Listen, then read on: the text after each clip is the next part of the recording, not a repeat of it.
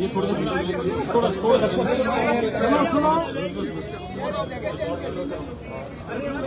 ये PC live कर रही है।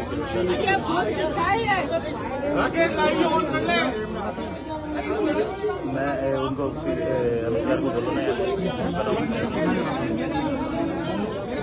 ये पता नहीं मुद्दा क्या है, मुद्दा क्या है? मोबाइल पीछे नरेंद्र मोदी वाला जो छात्रों से कह रहा है मैंने आप पे कोई कार्रवाई की।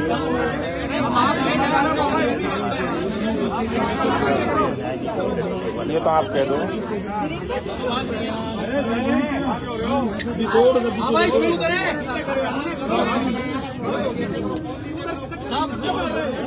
पीछे कर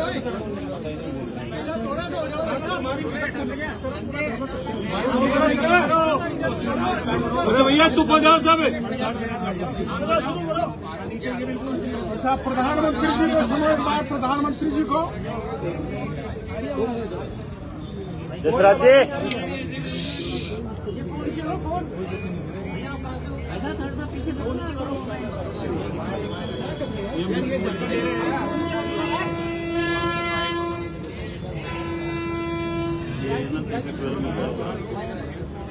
टीवी 12 मिल रहा है।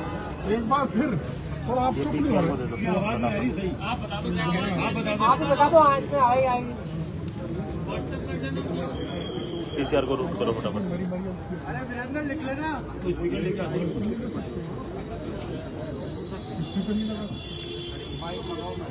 ले लिया आएगा नहीं करेगा कोई। देखो ऐसा है,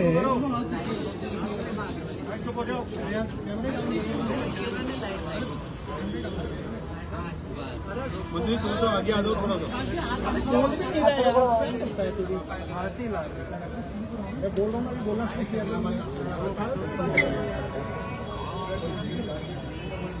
अरे क्या हुआ भाई, काट लो ना और रिकॉर्ड भी कर लेना। काका कोई भी पुलिस अधिकारी किसी भी व्यक्ति को अपनी मर्जी से बिना लिखित में सूचना दिए हुए अपनी हिरासत में नहीं ले सकेंगे। बीएनएसएस के बारे में प्रधानमंत्री जी ने एक सभा में बोला है।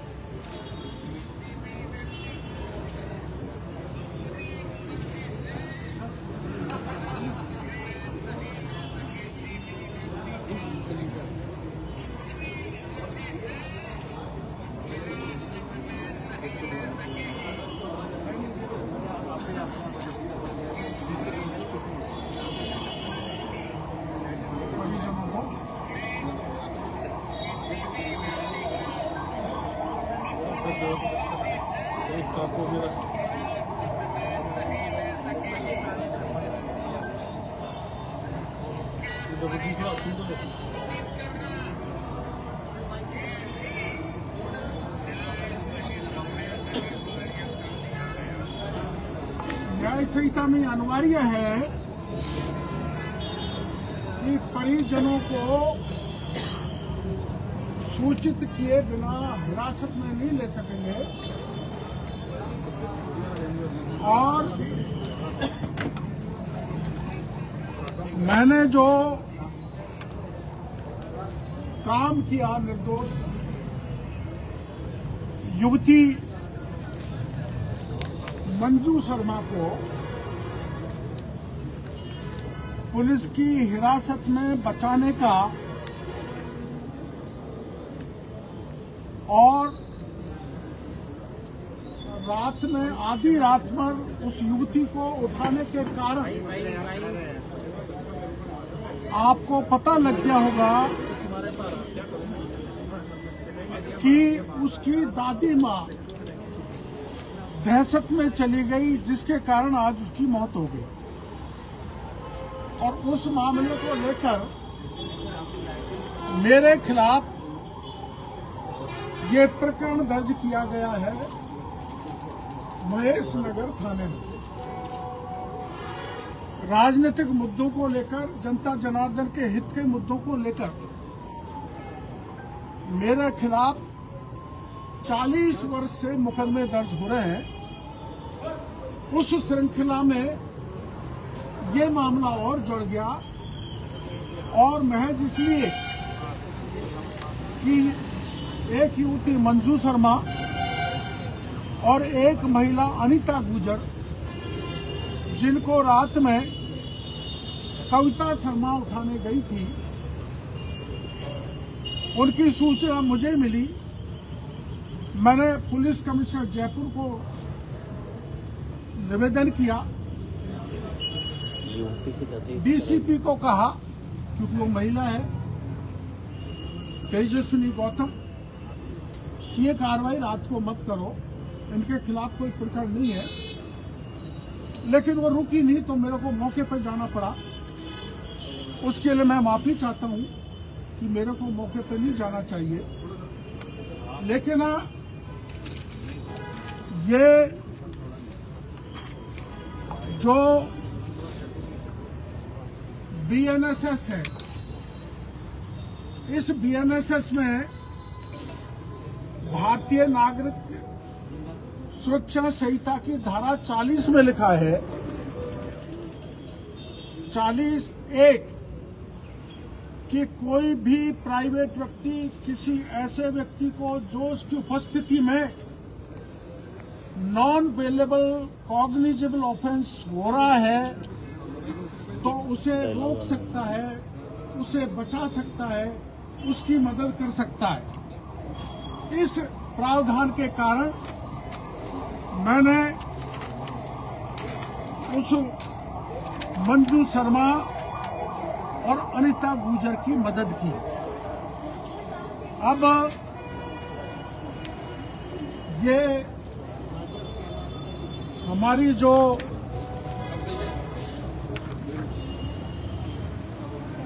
कविता शर्मा है, ये बड़ी असरदार पुलिस अधिकारी है और कितनी असरदार है इसका खुलासा मैं बाद में करूंगा कि इसकी बाल बाका न तो पिछले राज में हुआ और अब भी उसके खिलाफ कोई कार्रवाई नहीं हुई। इसके खिलाफ एक प्रकरण दर्ज हुआ 2017 में, आपकी जानकारी में होगा, 525 एफआईआर नंबर 525/2017, धारा 420, 467, 468, 471, 120B आईपीसी, थाना झूठवाड़ा। एक मुंद्रा परिवार की महिला थी, 70 साल की, उसने शिकायत की, इसकी जांच हुई, चार्जशीट कोर्ट में पेश होने से पहले डीजी ने रोक दी। लेकिन मैं उसके कंटेंट्स आपको कोर्ट में बताना चाहता हूं, ज्यादा लंबा नहीं हो। जो प्लॉट कब्जा किए वो प्लॉट हैं भूखंड 8 व 9, भूखंड 8A 9 के 9A प्लाटून के आवंटन में 15/12/1982 को कविता शर्मा के पति का नाम चंद्रशेखर शर्मा, इसकी बहन पुनीता व्यास के पति का नाम चंद्रशेखर व्यास, तीसरी बहन सुचिता शर्मा के पति का नाम रामनारायण शर्मा अंकित किया हुआ है। जेडीए में नियमन हेतु पत्रावली प्रस्तुत की गई, उसमें कविता शर्मा का जन्म 1978 दर्ज है, अर्थात 1978 दर्ज है। सुचिता शर्मा का जन्म 1/1/2002 को दर्ज है। पुनीता व्यास का जन्म 1980 में दर्ज है, अर्थात 1982 में कविता की उम्र 4 साल की थी। चार्जशीट में है ये, अर्थात अर्थात कविता शर्मा की 1982 में कविता शर्मा की उम्र 4 साल थी, सुचिता की 9 साल थी, पुनीता की 2 साल थी। ऐसी सूरत में 1982 में उक्त सभी का विवाह संपन्न हो जाना संभव नहीं था। 4 साल की उम्र, एक 2 साल की, एक 9 साल की। लेकिन डॉक्यूमेंट में ये लिखा हुआ है ऐसी सूरत में शादी संभव नहीं थी। न्यायालय में इन्होंने जवाब दिया है, कविता ने, कि जवाब में उन्होंने कहा है कि उक्त का बचपन में ही सगाई तय कर दी गई थी। मान लिया जाए 1982 में सगाई हो गई थी 4 साल की उम्र में, तो जब तक पाणिग्रह संस्कार नहीं हो जाता तब तक आप पति का नाम प्रॉपर्टी में लिख नहीं सकते। इसलिए इन तीनों बहनों ने अपने पति के नाम दर्ज करा रखे हैं और चार्जशीट में स्पष्ट लिखा है कि ये बैक डेट में फर्जी आवंटन कविता शर्मा के द्वारा आवंटन पत्र जारी करवाया। एक इससे बड़ी अगली गंभीर बात कि सुचिता शर्मा व मृदुला शर्मा के हस्ताक्षर बड़ी उम्र के लग रहे हैं, 50 साल 35 साल के, जबकि दिनांक 15/12/2022 को 15/12/1982 को पट्टा बनाने के वक्त मृदुला का जन्म ही नहीं हुआ था, वो पेट में थी। सुचिता शर्मा मृदुला शर्मा के हस्ताक्षर गलत है। 15/12/1982 को मृदुला शर्मा जन्म नहीं हुआ, सुचिता की उम्र महज 9 साल की थी, फिर भी हस्ताक्षर कर रखे हैं। इसलिए ये वयस्क के हस्ताक्षर बैकडेट में किए हुए हस्ताक्षर। एक, बार बार कविता शर्मा से मूल डॉक्यूमेंट मांगे गए, लेकिन उसने आज तक मूल डॉक्यूमेंट जांच अधिकारी को नहीं दिए। तीसरा, कविता शर्मा द्वारा सर्वप्रथम वर्ष 2011 में काफी समय के बाद जेडीए में नियमन हेतु कागज प्रस्तुत किए, जिसको जेडीए ने खारिज कर दिया। मतलब वो कागज गलत थे। इससे स्पष्ट होता है कि खुद ने बैक डेट में फर्जी पट्टे बनाए। एक अत्यंत महत्वपूर्ण बात कि चार्जशीट में लिखा है अनुसंधान अधिकारी ने कि श्री जुगल किशोर शर्मा के विरुद्ध ये धारा 420 और कविता शर्मा के विरुद्ध धारा 447 120 भी सहपठित धारा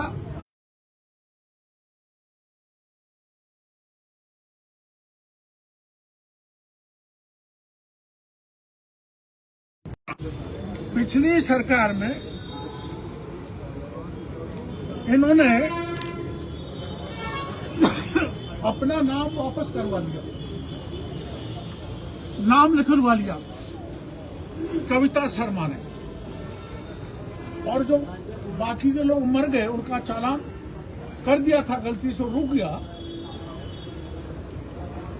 यह अत्यंत गंभीर चिंता का विषय है कि थाना अधिकारी कविता शर्मा जो महेश नगर पुलिस थाने में पदस्थ है के खिलाफ एफआईआर संख्या 525/2017 पुलिस थाना झोटवाड़ा में दर्ज की गई थी।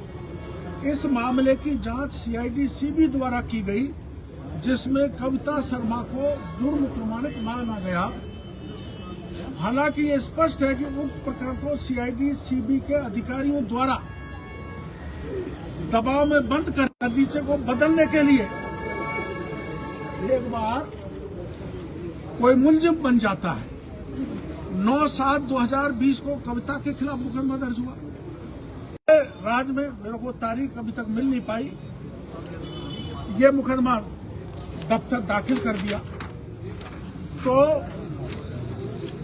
पुलिस जो है ऐसे किसी का नाम नहीं निकाल सकती।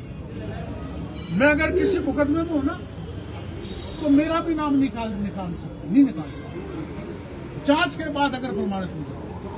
इसमें सुप्रीम कोर्ट का एक फैसला है, पत्रकार बंधु और ढंग से सुनना।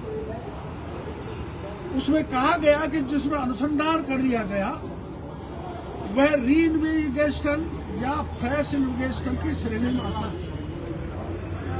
उसका री इन्वेस्टिगेशन या फ्रेश इन्वेस्टिगेशन एक न्यायिक दृष्टांत है विनय त्यागी बना इरशाद अली के सुप्रीम कोर्ट के फैसले के विरुद्ध है। उसमें कहा गया है कि इस आदेश के अनुसार आगामी अनुसंधान में पिछले अनुसंधान को हटाया नहीं जा सकता। वह तभी हट सकता है जब हाई कोर्ट या सुप्रीम कोर्ट से परमिशन ली जाए। लेकिन दूसरे अनुसंधान अधिकारी जिसने नाम हटाया हाई कोर्ट या सुप्रीम कोर्ट की परमिशन नहीं ली। ये सुप्रीम कोर्ट का फैसला है, मैं आपको दे दूंगा। फिर इसमें ये कहा है कि उक्त न्यायिक दृष्टांत में स्पष्ट कहा गया है कि किसी भी मामले में पुनः अनुसंधान सिर्फ उच्च न्यायालय या उच्चतम न्यायालय के आदेश के पश्चात ही किया जा सकता है। इंग्लिश में आदेश है neither the investigating agency nor the magistrate has any power to order or conduct fresh investigation. फिर दूसरा है इसमें the magistrate has no power to direct reinvestigation or fresh investigation in the case initiated on the basis of the police report. जो police में initially जो reporting हो गया। तीसरा है the power to order or direct reinvestigation or de novo investigation falls in the domain of higher court, that to a exceptional cases। तो ये अनुसंधान अधिकारी के खिलाफ इसमें जिसने इसका नाम निकाला है उसके खिलाफ मुकदमा दर्ज होने का मामला बनता है। यह कि इस प्रकार अनुसंधान अधिकारी द्वारा उच्च न्यायालय या उच्चतम न्यायालय से पुनः अनुसंधान हेतु किसी प्रकार की कोई स्वीकृति प्राप्त नहीं की, जो कि माननीय उच्चतम न्यायालय के न्यायिक दृष्टांत की अवमानना है। इसके अतिरिक्त सीआईटी सीबी द्वारा इस मामले को बंद करने की प्रक्रिया और निर्णय भारतीय दंड संहिता की धारा 166A(b) के तहत एक संज्ञेय अपराध की श्रेणी में आता है, जो कि गंभीर अपराध है। धारा 160A ये कहता है 160A लोक सेवक जो विधि को अधीन निर्देश की अवज्ञा करता है, जो कोई लोक सेवक होते हुए किसी ऐसे रीति को जिससे वो ऐसा अन्वेषण करेगा नियम करने वाली विधि के किसी अन्य निर्देश की किसी व्यक्ति पर प्रतिकूल प्रभाव डालने के लिए जानते हुए अवज्ञा करता है, तो उसे 6 माह का कठोर कारावास है उस आईओ को जिसने ये कविता शर्मा का नाम निकालने का कुत्सित प्रयास किया है। मामला बहुत लंबा है और ये एफआईआर है जो मैंने बताई थी 525/2017 थाना झोटवाड़ा। इसमें जो मुस्तकिस है झोटवाड़ा की शकुंतला मूदला उसकी एफआईआर है और एफआईआर में ये पुलिस ने मिलजुल के एक बहुत बड़े असर में आकर इसके खिलाफ कार्रवाई नहीं की। अब इसके खिलाफ 2 जांच हो रही। डीसीपी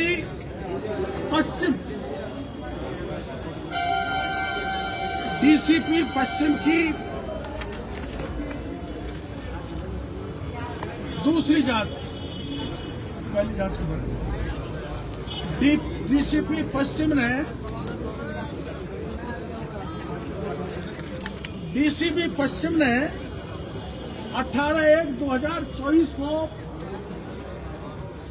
पुलिस आयुक्त को पत्र लिखा है। इसने एफआईआर दर्ज नहीं करने, स्नैचिंग में कार्रवाई नहीं करने, लोगों को दुर्व्यवहार करने और थाना चित्रकूट पर एक उदाहरण दूंगा, 10 पॉइंट पर एक दूंगा क्योंकि मामला लंबा हो जाएगा। थाना चित्रकूट पर ध्यान से सुनना। श्री मुकेश पारीक, शासन उप सचिव गृह, सुरक्षा एवं कानून व्यवस्था,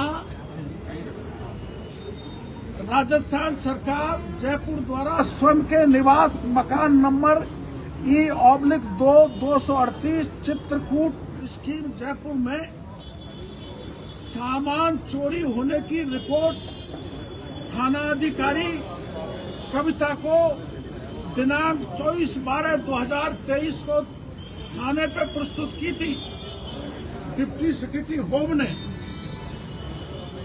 मजबूर में संज्ञेय अपराध का मामला बनता है, परंतु थाना अधिकारी श्रीमती कविता शर्मा ने वो मुकदमा भी दर्ज नहीं किया।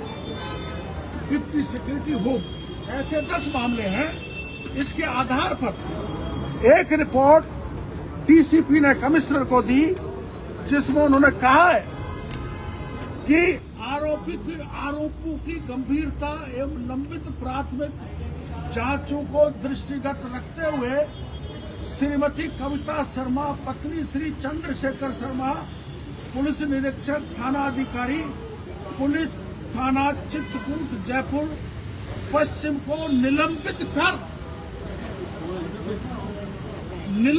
कर इनका मुख्यालय जयपुर आयुक्तालय से बाहर करने की अनुशंसा की जाती है।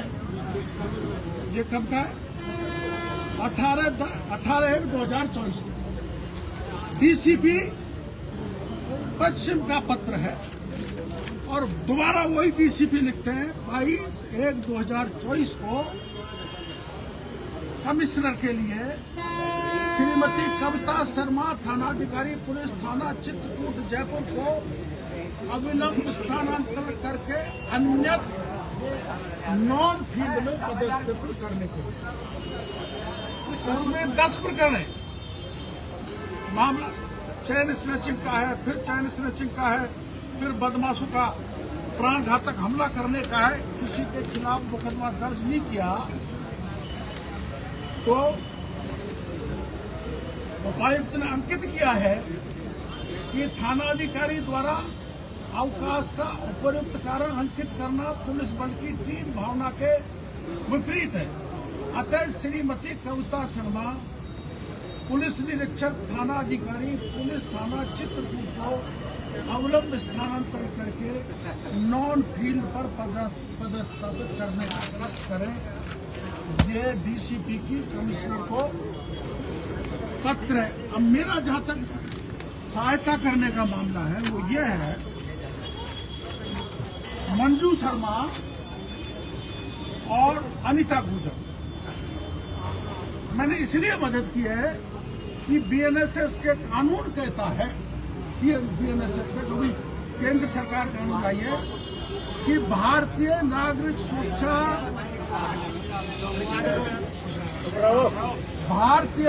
सुरक्षा संहिता की धारा 179 के अनुसार किसी महिला से पूछताछ उसके निवास स्थान के अलावा अन्यत्र नहीं की जा सकती।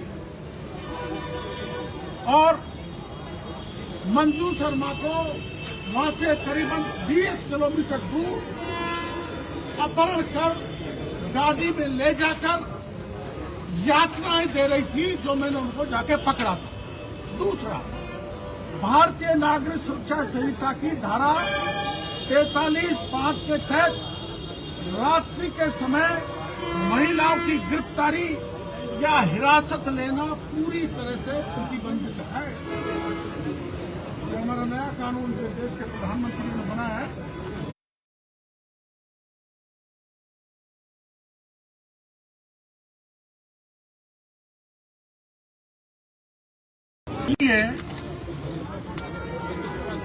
ये बड़ा हाथ है, उसका बड़ा में खुलासा। एक बार मैं मेरी पार्टी के प्रदेश अध्यक्ष से पूछ के आपके समक्ष रखूंगा और मीडिया के जरिए मैं मांग करना चाहूंगा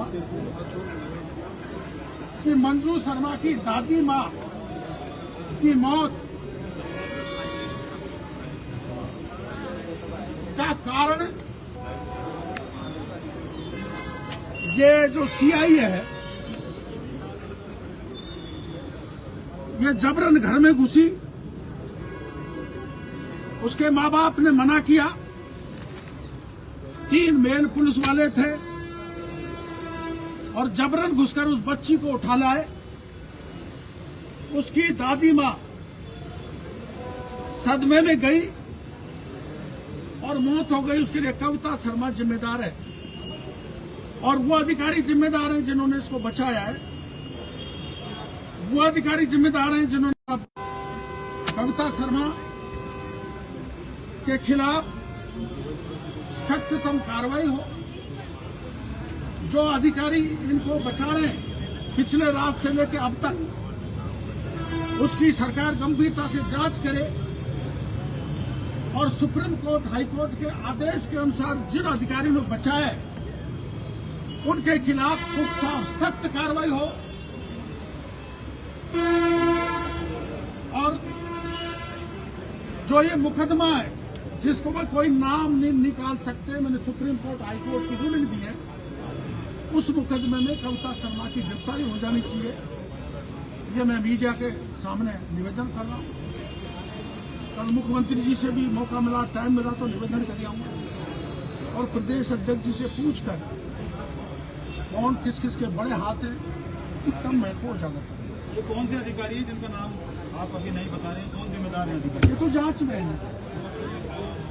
जांच में जिस अधिकारी ने नाम निकाला है वो जांच में नोट शीट है, वो मैं आपको ये चार्जशीट की कॉपी दे दूंगा। बहुत नाम में जो लिखा है उन्होंने कहा है कि उच्चाधिकारियों के निर्देश पर उन्होंने आपका नाम लिखा और आपके खिलाफ जांच कार्य में बाधा दी। उसमें कोई दिक्कत नहीं है। मैंने आपको हवाला दे दिया कि आई कैन गो, मैंने BNSS का हवाला दे दिया। मैं नहीं, आप जा सकते हो, ये जा सकते हैं, आम आदमी जा सकता है। डॉक्टर साहब सरकार तो आपकी है ना, सरकार तो आपकी है। ठीक है, आप सरकार डॉक्टर साहब मैं जा नहीं सकता।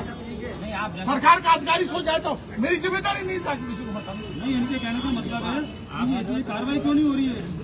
मैं और क्या कहने के लिए आया हूँ? कविता शर्मा, मैं क्या कहने के लिए आया जवाहर सिंह हूँ? मैडम से मैं क्या कहने के लिए आया हूँ? आपको यही कहने के लिए आया हूँ। मैं सरकार, मेरे प्रदेश अध्यक्ष से पूछ के आपको बताऊंगा। जवाहर सिंह डॉक्टर साहब इतने रिकमेंडेशन होने के बावजूद एक अच्छा खाना मिल जाता है गिफ्ट में, इसको किस तरीके से देखें? गलत है, नहीं मिलना चाहिए। उसके खिलाफ सख्त कार्रवाई होनी चाहिए। सरकार मेरी है तो मैं अन्याय सहन कर लूंगा।